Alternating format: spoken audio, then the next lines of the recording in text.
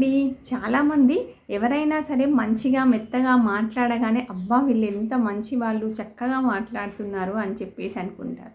అలా అనుకున్నప్పుడే మీరు పప్పులో కాలేసినట్టు అనమాట. సో జనరల్‌గా మనతో మంచిగా మాట్లాడే వాళ్ళందరూ కూడా మంచి వాళ్ళని అర్థం కాదు.